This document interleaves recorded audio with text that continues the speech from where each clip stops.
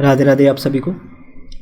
अब चलिए अब हम सेक्शन 32 के रिमेनिंग क्लॉजेस को डिस्कस करते हैं। सेक्शन 32 का क्लॉज 1 डाइंग डिक्लेरेशन को हम ऑलरेडी डिस्कस कर चुके हैं, है ना। अब मुझे नहीं पता आपने उससे रिलेटेड पीटी और मेंस के क्वेश्चन डिस्कस किए या नहीं किए। मैंने ऑलरेडी एक सेपरेट वीडियो भी बनाई थी प्रीलिम्स और मेंस के क्वेश्चन को लेकर, जिसमें केवल डाइंग डिक्लेरेशन के क्वेश्चन कवर थे। अब मेरे को नहीं पता कि आपने वो क्वेश्चन करे हैं नहीं। इट्स अप टू यू कि आप कितना सीरियस हैं और कितना जल्दी आप उस मुकाम पे पहुंचना चाहते हैं, ठीक है। चलिए स्टार्ट करते हैं। सबसे पहले हम देखेंगे सेक्शन 32 का क्लॉज 3। अच्छा, वीडियो स्टार्ट करने से पहले मैं आपको एक बात बता दूं कि सेक्शन 32 के जितने भी क्लॉजेज हैं एक्सेप्ट क्लॉज 1, क्लॉज 2 से लेकर क्लॉज 8, ये सारे के सारे क्लॉजेस केवल प्रीलिम्स के लिए इंपॉर्टेंट है, ठीक है। सेक्शन 32 के क्लॉज 2 से लेकर क्लॉज 8 केवल और केवल प्रीलिम्स के लिए इंपॉर्टेंट है। तो इसलिए अब इस वीडियो में जितने भी क्लॉजेस हम डिस्कस करने वाले हैं इनको केवल आपको बस अच्छे से सुनना है और प्रीलिम्स की ही बातों को याद रखना है, ठीक है। मैं इन क्लॉजेस को इसलिए थोड़ा सा ब्रीफली डिस्कस करूंगा ताकि ये क्लॉजेस आपको समझ में आ जाएं। अदरवाइज ये जो क्लॉजेज हैं ये केवल प्रीलिम्स के लिए इंपॉर्टेंट है, तो अननेसेसरी इन क्लॉजेस पर अपना टाइम डिवोट मत कीजिएगा, ठीक है। तो चलिए स्टार्ट करते हैं। सेक्शन 32 क्लॉज 3 और against the interest of maker when the statement is against the pecuniary और proprietary interest of the person making it, और when if true it would expose him और would have exposed him to a criminal prosecution और to a suit for damages. तो देखो, clause 3 को discuss करने से पहले आपको वो चीज़ तो याद ही होगी कि सेक्शन 32 के अंदर केवल वही स्टेटमेंट रेलेवेंट मानी जाएंगी जो किसी ऐसे पर्सन ने करी है who is dead, can not be found, who has become incapable of giving evidence और whose attendance can not be procured without amount of delay और एक्सपेंसेस, ठीक है। तो ये जो चीज़ें हैं ये हमने ऑलरेडी सेक्शन 32 के डाइंग डिक्लेरेशन में बहुत अच्छे से डिस्कस कर ली थी, तो इस चीज़ को तो आप याद ही रखना। ये तो कॉमन सी चीज़ें हैं जो पूरे सेक्शन के साथ अप्लाई होंगी, ठीक है। तो क्लॉज 3 में इन्होंने क्या कहा जी, अब क्लॉज 3 को समझते हैं। जो स्टेटमेंट है वो मेकर के पेक्यूनरी या प्रॉपर्टी इंटरेस्ट के अगेंस्ट है और वो स्टेटमेंट ऐसी है कि वो मेकर को क्रिमिनल सूट या डैमेजेस के सूट के लिए एक्सपोज कर देगी। तो वो जो स्टेटमेंट है वो सेक्शन 32 के क्लॉज 3 में रेलेवेंट हो जाएगी। कब? If the maker is dead, can not be found, incapable of giving evidence etcetera, okay. तो देखो, सबसे पहले तो हम ये देखते हैं कि इस तरह की जो स्टेटमेंट है जो कि पेक्यूनरी इंटरेस्ट के अगेंस्ट है, जो प्रॉपर्टी इंटरेस्ट के अगेंस्ट है, इनको एडमिसिबल क्यों कर लिया गया है। इसके पीछे का जो प्रिंसिपल है वो सेक्शन 21 में गिवन है। अगर आप रिकॉल कर पाओ तो हमने वहां पढ़ा था कि कोई भी पर्सन ऐसी स्टेटमेंट नहीं करता जो उसके इंटरेस्ट के अगेंस्ट हो। हमने डिस्कस किया था ना कि कोई पर्सन ऐसी स्टेटमेंट करेगा जो उसके इंटरेस्ट के अगेंस्ट हो, नहीं करेगा। लाइक क्या कोई पर्सन ये कहेगा कि मैं तो इस प्रॉपर्टी पर टेनेंट हूं जी, या मैं इस प्रॉपर्टी का परमानेंट ओनर नहीं हूं जी, बल्कि ओनर फॉर लाइफ हूं, यानी जब तक मैं जिंदा हूं तभी तक के लिए इस प्रॉपर्टी का ओनर हूं। तो ऐसी स्टेटमेंट क्या कोई पर्सन करेगा? नहीं करेगा। और हमने क्या पढ़ा था कि अगर कोई पर्सन ऐसी स्टेटमेंट करता है जो कि उसके इंटरेस्ट के अगेंस्ट है तो इसका मतलब वो जो स्टेटमेंट है कहीं ना कहीं सच्ची है। तो इसी प्रिंसिपल पर हम इन स्टेटमेंट को एडमिट कर लेते हैं, ओके। एग्जांपल देख लेते हैं प्रॉपर्टी इंटरेस्ट के। जैसे सपोज करके चलिए ए एक लैंड के पोजीशन में है। अब ए एडमिट करता है कि मैं इस प्रॉपर्टी पर लीजी हूं, ठीक है, या मैं परमानेंट टेनेंट नहीं हूं बट टेनेंट फॉर लाइफ हूं।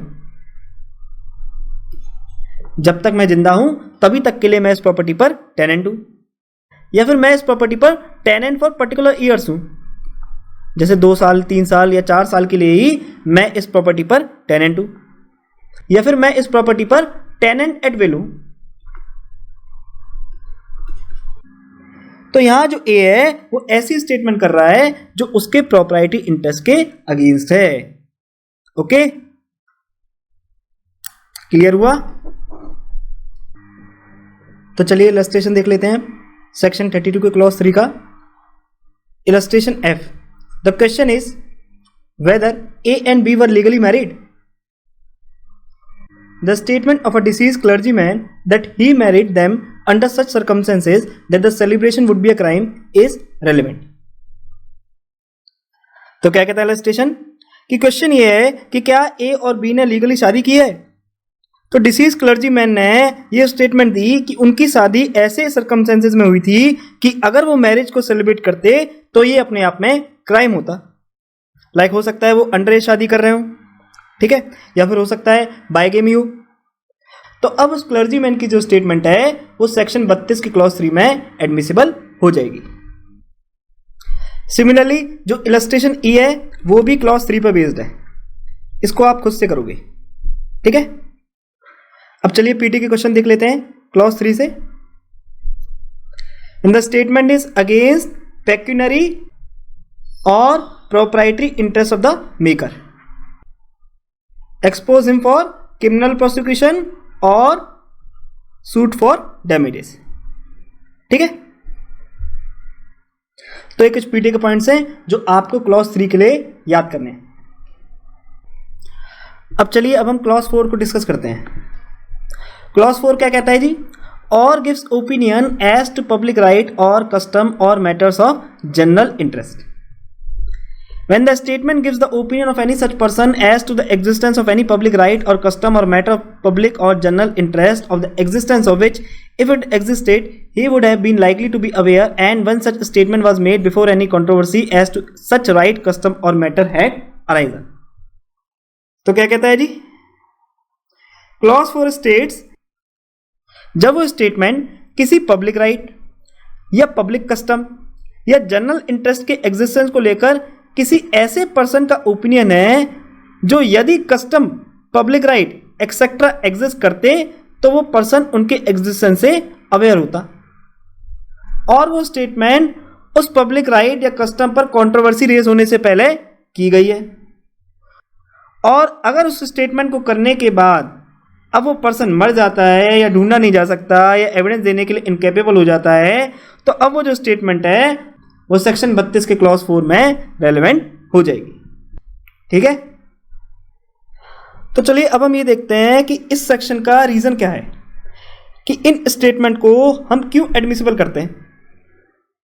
क्योंकि देखो होता क्या है कि जो पब्लिक राइट या पब्लिक कस्टम होते हैं ये सब बहुत पुराने होते हैं और इनको लेकर हमारे पास जनरली कोई भी डायरेक्ट प्रूफ अवेलेबल नहीं होता, तो इसी बेसिस पर जनरली हम इन स्टेटमेंट को एडमिसिबल कर लेते हैं। जैसे सपोज करके चलिए एक गांव में कुआं है, ठीक है।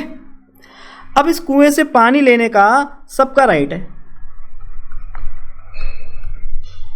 लेकिन इस कस्टम को लेकर आपके पास कोई भी डायरेक्ट प्रूफ नहीं है, या इस पब्लिक राइट को लेकर आपके पास कोई भी डायरेक्ट प्रूफ नहीं है। तो ऐसे केसेस में अगर डिस्प्यूट अराइज होने से पहले कोई स्टेटमेंट की जाती है तो वो एडमिसिबल हो जाएगी। जैसे सपोज करके चलिए एग्जांपल ले लेते हैं, गांव में एक कुआं है ना, और इस कुएं से गांव के लोग काफी सालों से लगातार पानी भर रहे हैं। अब इस पब्लिक राइट या कस्टम को लेकर किसी के पास कोई डायरेक्ट प्रूफ नहीं है। अब गांव का जो मुखिया है उसे इस पब्लिक राइट या कस्टम के बारे में पता है, यानी जो मुखिया है वो इस कस्टम की एग्जिस्टेंस से अवेयर है। अब इस मुखिया ने कोई statement the like he said कि कुएं से पानी भरने का पूरे गांव का अधिकार है, और ये स्टेटमेंट उसने कब दी, कंट्रोवर्सी अराइज होने से पहले। अब सपोज करके चलिए मुखिया के द्वारा इस स्टेटमेंट को देने के बाद ए नाम का पर्सन आके कहता है कि ये कुआं मेरे ग्रैंडफादर ने बनवाया था और इससे पानी भरने का केवल मेरा ही अधिकार है। तो अब उस मुखिया की जो स्टेटमेंट है वो एडमिसिबल हो जाएगी अगर वो मुखिया मर जाता है, कैन नॉट बी फाउंड और incapable of giving evidence, because वो जो स्टेटमेंट मुखिया ने करी थी वो पब्लिक राइट को लेकर करी थी और वो कंट्रोवर्सी उठने से पहले करी थी, ठीक है। क्लियर हुआ? अब एक चीज आप याद रखना यहां पर कि उस स्टेटमेंट को एडमिसिबल करने से पहले खाली एडुकेट नॉलेज होना ही सफिशिएंट नहीं है, बल्कि ये भी जरूरी है कि उस पर्सन का उस पर्टिकुलर मैटर में किसी भी तरह का कोई इंटरेस्ट नहीं हो। जैसे ये जो एग्जांपल अभी हमने डिस्कस किया है, इस एग्जांपल की अगर हम बात करें तो इस एग्जांपल के तहत इस गांव के मुखिया का इस कुएं से पानी भरने के राइट में किसी भी तरह का पर्सन इंटरेस्ट नहीं होना चाहिए। ठीक है, तो बेसिकली कहने का मतलब यह है कि वो पूरी तरीके से अनबायस्ड हो, है ना, या फिर डिसइंटरेस्टेड हो, दैट इज उसका कोई भी पर्सनल मोटिव ना हो। ठीक है, और इसी तरह जो स्टेटमेंट उसने करी है वो मिसलीडिंग नहीं होनी चाहिए। ठीक है, या फिर वो स्टेटमेंट मिसरिप्रेजेंटिंग नहीं हो।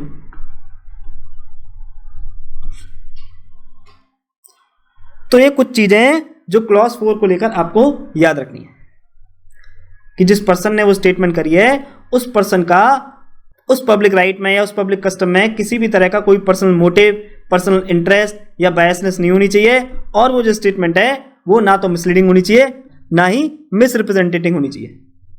ठीक है, तो चलिए इससे रिलेटेड हम इलस्ट्रेशन डिस्कस कर लेते हैं। Illustration I, the question is weather a given road is a public way. A statement by a deceased headman of the village that the road was public is a relevant fact. तो illustration आई क्या कहता है, question ये है कि क्या ये road public वे है, क्या ये जो रास्ता है ये सरकारी रास्ता है यानी पब्लिक का रास्ता है। अब जो गांव का मुखिया है जो अब मर चुका है उसने एक स्टेटमेंट दी थी कि ये पब्लिक रोड है। अब ये स्टेटमेंट एडमिसेबल हो जाएगी बिकॉज ये स्टेटमेंट कंट्रोवर्सी उठने से पहले की गई है, और ये जो स्टेटमेंट है किससे डील करती है, पब्लिक राइट या पब्लिक कस्टम से डील करती है। ओके, अच्छा आप मेरे को एक बात बताइए, अगर स्टेटमेंट प्राइवेट राइट को लेकर कही गई है तो वो जो स्टेटमेंट है वो एडमिसिबल नहीं होगी। क्यों, बिकॉज जो क्लॉज 4 है वो केवल पब्लिक राइट, पब्लिक कस्टम या पब्लिक इंटरेस्ट से ही डील करता है। ठीक है, तो इस क्लॉज से रिलेटेड पीटी के पॉइंट्स डिस्कस कर लेते हैं। Existence of public right, public custom और general interest and not private right. ठीक है, अक्सर पीटी में क्वेश्चन पूछा जाता है कि जो सेक्शन 32 का क्लॉज 4 है वो पब्लिक राइट से डील करता है या प्राइवेट राइट से, तो क्या आंसर आएगा, section 32 clause 4 deals with public interest, public right और पब्लिक कस्टम। और वो जो स्टेटमेंट है कब करी गई है, बिफोर एनी कंट्रोवर्सी अराइज। ठीक है, ये जो वर्ड है बिफोर, इसको आपको बहुत अच्छे से याद रखना है। ओके, तो ये था हमारा सेक्शन 32 का क्लॉज 4। अब चलिए क्लॉज 5 डिस्कस करते हैं। क्लॉज 5 स्टेट्स और relates to existence of relationship. When the statement relate to the existence of any relationship by blood, marriage or adoption between persons as to whose relationship by blood, marriage or adoption the person making the statement had special means of knowledge, and when the statement was made before the question in dispute was raised. तो क्या कहता है जी clause 5, जब statement किसी relationship के existence से relate कर रही है। अब वो रिलेशनशिप कैसी भी हो सकती है, जैसे बाय ब्लड, फादर सन हो गया, by adoption, by marriage, husband wife, इस तरीके से। तो क्या कहता है जी, जब स्टेटमेंट किसी रिलेशनशिप के एग्जिस्टेंस से रिलेट कर रही है बिटवीन पर्सन्स, जिनके रिलेशनशिप को लेकर जो पर्सन स्टेटमेंट दे रहा है उसको स्पेशल मीन्स ऑफ नॉलेज है उन पर्सन की रिलेशनशिप को लेकर, और वो जो स्टेटमेंट है वो डिस्प्यूट अराइज होने से पहले की गई है। तो अभी जो स्टेटमेंट है ये सेक्शन 32 के क्लॉज 5 में रिलेवेंट हो जाएगी अगर वो जो पर्सन है जिसने स्टेटमेंट करी है he is dead, can not be found, incapable of giving evidence etcetera. Okay, अच्छा person having special means of knowledge का मतलब क्या है जी, हमने पढ़ा ना कि having special means of knowledge, इसका मतलब क्या है, इसका मतलब जैसे कि सपोज करके चलिए in case of relationship bye marriage, तो ऐसे कौन कौन से पर्सन हैं जिनको इस रिलेशनशिप बाय मैरिज की स्पेशल नॉलेज है, पंडित जी जिन्होंने इस विवाह को संपूर्ण कराया है, आपके फ्रेंड, रिलेटिव, नेबर जिन्होंने वो शादी अटेंड करी है। इसी तरह आपका अगर कोई एजेंट है या कोई सर्वेंट है या कोई मेड है या फैमिली मेंबर, तो ये सारे पर्सन कौन है? ये सारे वो पर्सन है जिनको मैरिज की स्पेशल मीन्स ऑफ नॉलेज है। ठीक है, अब आगे डिस्कस करते हैं। The Supreme Court of India has laid down the 4 essential conditions for the application of Section 32 Clause 5 in the case of Dol Govinda Paricha versus Nimai Charan Mishra। तो कौन कौन सी 4 कंडीशन है? That the statement, verbal or written, of relevant facts must have been made by person who is dead, cannot be found, incapable of giving evidence, etc. Next, they must relate to the existence of any relation by blood, marriage or adoption. Next, the person making the statement must have special means of knowledge as to the relationship in question. Person जिसने statement करी है उसके पास special means of knowledge होनी चाहिए उस relationship को लेकर जो क्वेश्चन में है। And lastly, the statement must have been made before the question in dispute was raised. तो इसका मतलब क्या हुआ कि जो स्टेटमेंट है वो कैसी होनी चाहिए? Statement must be ante litem mortem statement, ना कि पोस्ट लिटम मॉर्टम। ओके, जब भी हम ये पढ़ते हैं ना कि स्टेटमेंट कंट्रोवर्सी रेज होने से पहले की गई हो, इसका मतलब क्या होता है कि जो स्टेटमेंट होनी चाहिए वो एंटी लिटम मॉर्टम स्टेटमेंट होनी चाहिए और ना कि पोस्ट लिटम मॉर्टम। ठीक है, this is also important for PT कि जो स्टेटमेंट सेक्शन 32 के क्लॉज 2, 3, 4, 5 एक्सेट्रा में डील करी हुई है वो एंटी लिटम मॉर्टम स्टेटमेंट है, ना कि पोस्ट लिटम मॉर्टम। ओके, अब चलिए क्लॉज 6 को डिस्कस कर लेते हैं। क्लॉज 6 क्या कहता है जी? When the statement relates to the existence of any relationship by blood, marriage or adoption between person deceased and is made in any will or deed relating to the affairs of the family to which any such deceased person belong, or in any family pedigree, or upon any tombstone, family portrait or other thing on which such a statement are usually made, and when such a statement was made before the question in dispute was raised। तो क्या कहता है जी clause 6? जो statement करी गई है वो किसी रिलेशनशिप के एग्जिस्टेंस को लेकर की गई है, और वो जो रिलेशनशिप है वो कैसी भी हो सकती है? बाय ब्लड, बाय मैरिज और by adoption. Between person deceased, between person deceased, that means that statement deals with relationship of deceased person. और वो स्टेटमेंट कहां करी गई है?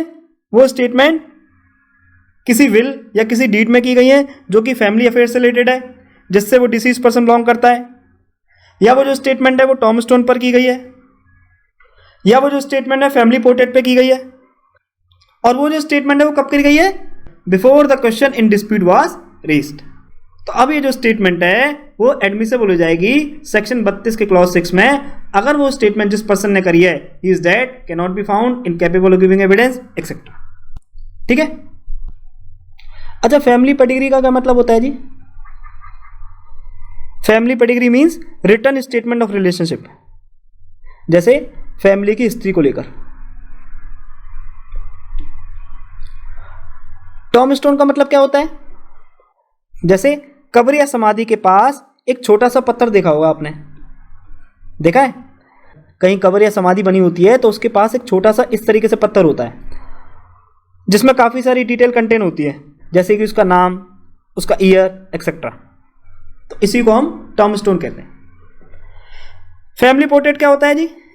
Family portrait means picture, drawing और पेंटिंग। ओके, अच्छा अब आपने एक चीज देखी, सेक्शन 32 क्लॉज 5 भी रिलेशनशिप से डील कर रहा है और सेक्शन 32 क्लॉज 6 भी रिलेशनशिप से डील कर रहा है। तो इन दोनों में अंतर क्या है भाई? आपने इन दोनों क्लॉजेज में डिफरेंसेस नोटिस करे? तो चलिए देखते हैं इन डिफरेंसेस को। देखो सेक्शन 32 के क्लॉज 5 में statement can be in any form. Under section 32 clause 5 statement can be in any form. Any form यानी कि वो वर्बल भी हो सकती है और रिटन भी हो सकती है। जबकि अगर हम बात करें सेक्शन 32 के क्लॉज 6 की, तो सेक्शन 32 के क्लॉज 6 में statement must be in written form.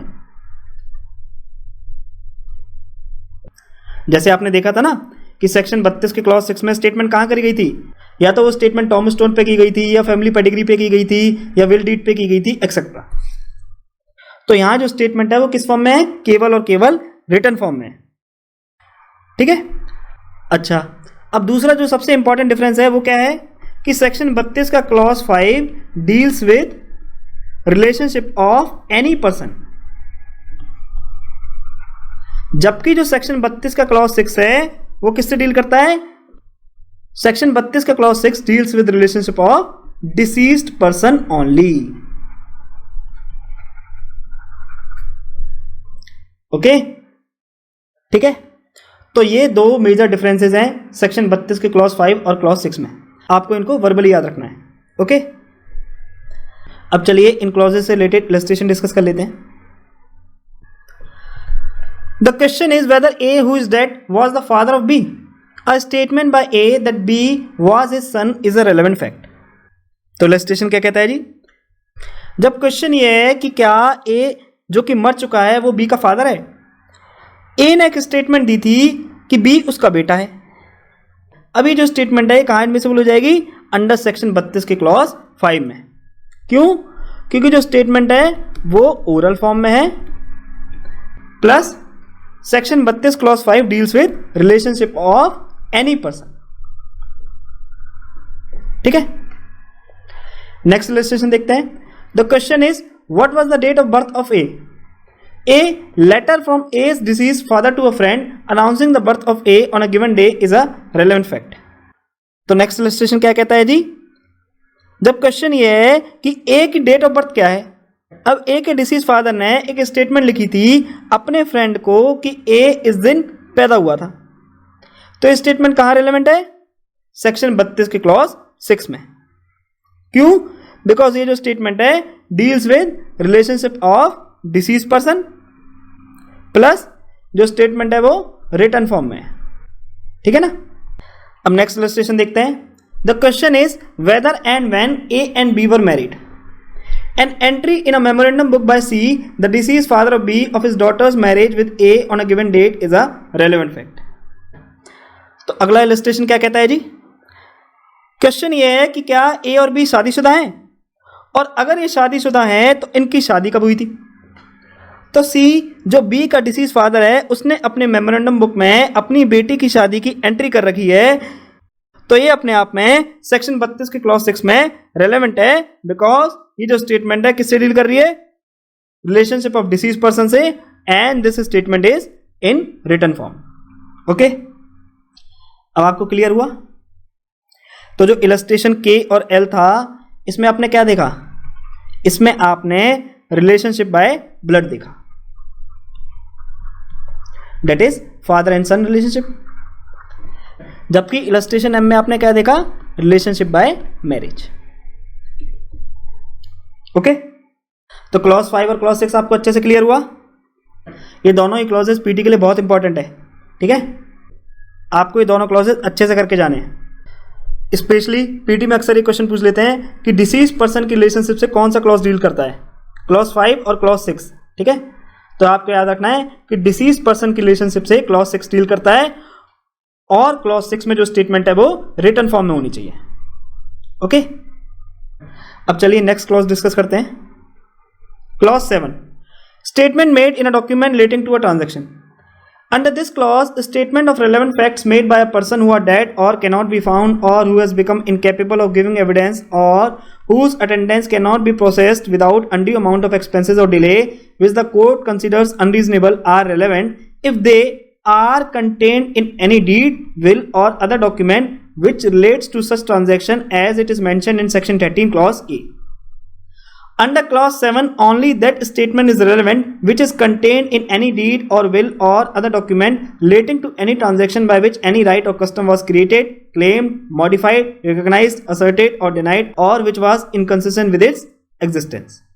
तो clause 7 में हमने क्या देखा जी कि वो जो स्टेटमेंट है वो कब रेलेवेंट हो जाएगी, अगर वो किसी भी डीड, विल या अदर डॉक्यूमेंट में कंटेन है और वो उन ट्रांजैक्शन से रिलेटेड है जो सेक्शन 13 के क्लॉज ए में मेंशन्ड है। ओके, तो बस पीटी के लिए आपको एक बात याद रखनी है कि जो क्लॉज 7 है वो सेक्शन 13A से डील करता है, ना कि सेक्शन 13B से। ठीक है, बाकी ये क्लॉज बस एक बार रीडिंग देने का है, इसमें कुछ ज़्यादा दे नहीं रखा। ये शायद आपको इसलिए बड़ा लग रहा है क्योंकि बिल्कुल इनिशियल स्टेज से स्टार्ट हो रहा है। स्टेटमेंट और relevant fact made by person who are dead can not be found etcetera. बाकी अदरवाइज इस क्लॉज में ज़्यादा कुछ है नहीं। ओके, अब चलिए इस सेक्शन का आखिरी क्लॉज डिस्कस कर लेते हैं। क्लॉज 8 क्या कहता है जी? और is made by several person and expresses feelings relevant to matter in question. When the statement was made by a number of persons and expressed feelings or impression on their part relevant to the matter in question। तो क्या कहता है clause 8? जब statement बहुत सारे लोगों ने करी है और उन्होंने अपनी फीलिंग से इंप्रेशन को एक्सप्रेस किया है जो मैटर इन क्वेश्चन में रेलेवेंट है, तो वो 32 के क्लॉज 8 के अंदर एडमिसिबल हो जाएगी। जैसे इलस्ट्रेशन एन, इस इलस्ट्रेशन की हम केवल लास्ट लाइन डिस्कस करेंगे, इससे ही आपको ये क्लियर हो जाएगा। The remarks of a crowd of spectators on these points may be proved। तो remarks क्या है यहां पर? Remarks is a feeling और impression।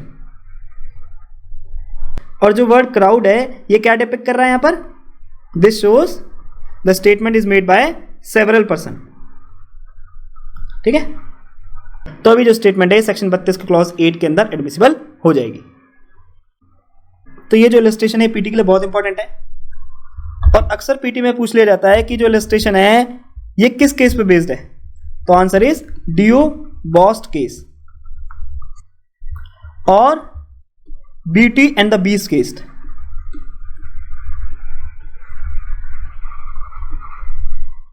ठीक है, ये जो इलस्ट्रेशन है, इलस्ट्रेशन एन, ये किस पे बेस्ड है? डियो बॉस्ट केस पे या फिर beauty and the beast case पे। Important for PT. तो देखो ये थे सेक्शन 32 के क्लॉज 3 से लेकर क्लॉज 8। क्लॉज 2 मैंने इसलिए स्किप कर दिया है क्योंकि क्लॉज 2 आपको खुद से कवर करना है और मोस्टली जो इलस्ट्रेशन दे रखी हैं वो क्लॉज 2 से रिलेटेड हैं, तो इसलिए क्लॉज 2 को करने में आपको जरा भी कठिनाई नहीं आएगी। इलस्ट्रेशन बी, सी, डी, जी, एच, जे, ये सारी की सारी इलस्ट्रेशन क्लॉज 2 से रिलेटेड है। ओके, बस क्लॉज 2 में आपको मैं पीटी की एक बात बता देता हूं कि जो क्लॉज 2 है वो प्राइस वर्सेस टेरिंगटन के केस से डील करता है। ठीक है, okay,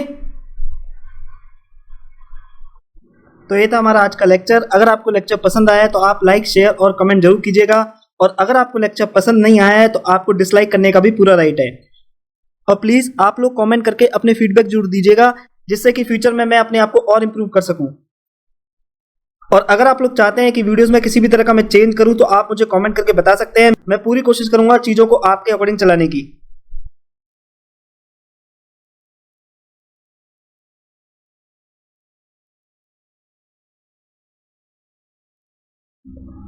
special thanks to my गुरु नेहा सिंह जिन्होंने ईयर 2018 में इंडियन एविडेंस एक्ट का अपना ज्ञान मेरे साथ साझा करके मुझे लेक्चर बनाने के काबिल बनाया। अगर आपको इस लेक्चर से कुछ सीखने को मिला है और आप मुझे कंट्रीब्यूट करना चाहते हैं तो आप मुझे कंट्रीब्यूट भी कर सकते हैं। ये है मेरा QR कोड, आप किसी भी ऑनलाइन पेमेंट एप्लीकेशन के थ्रू मुझे पेमेंट कर सकते हैं। और याद रखना ये कंट्रीब्यूशन जो भी आप करोगे ये केवल सोसाइटी के लिए यूज किया जाएगा, जैसे कि गरीब बच्चों की पढ़ाई के लिए, उनकी शादी के लिए, गौ माता की सेवा के लिए etcetera. Because I believe this contribution is by the people, of the people and for the people only. इसके अलावा इंस्टाग्राम और फेसबुक पे आप मेरे को फॉलो कर सकते हो, जो लिंक है वो डिस्क्रिप्शन बॉक्स में गिवन है। इंस्टाग्राम पे मैं अक्सर लाइव भी आता हूँ और प्रीवियस ईयर क्वेश्चन भी शेयर करता हूँ। तब तक के लिए स्वस्थ रहिए, व्यस्त रहिए और मस्त रहिए। Take care of your health physically, mentally and emotionally. जय हिंद, जय भारत।